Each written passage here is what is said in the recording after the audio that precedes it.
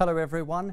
It was a clear start to Thursday over most of South Africa, and as temperatures rose all across the interior, this allowed for a few thunder showers to develop in places. Our enhanced satellite imagery indicates the thunderstorms quite clearly, helped by the shades of blue, each of these blue dots indicating where a thunderstorm has popped up. Those have been mostly through the central parts, including the Northern Cape and along the escarpment areas of Mpumalanga, parts of KwaZulu-Natal and in the Eastern Cape. Friday morning will start off with fog along the west coast of the country. It will also be quite cloudy for some areas in the Eastern Cape, with light rain over the coastal belt of that province. Afternoon thunderstorms redeveloping on the Highveld, including around Gauteng, the Free State and the Northwest, similar into KwaZulu-Natal, and by evening rain returns to some areas along the Eastern Cape coastline. Quick look at your wind forecast for Friday shows gusty conditions over parts of the central interior, up to 35 kilometers per hour in places.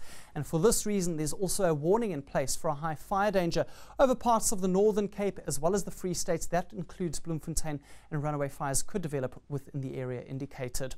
The Northern Cape will be mostly dry once again, but around Kimberley there could be a few afternoon thunder showers with a maximum temperature of 38 degrees.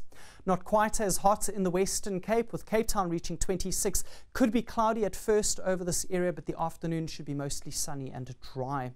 A few showers likely along the south coast of the country, keeping things mild in the area. That includes Port Elizabeth, while over the Eastern Cape interior we are expecting a few thunder showers, some places getting very hot, including Komani with a high of 32.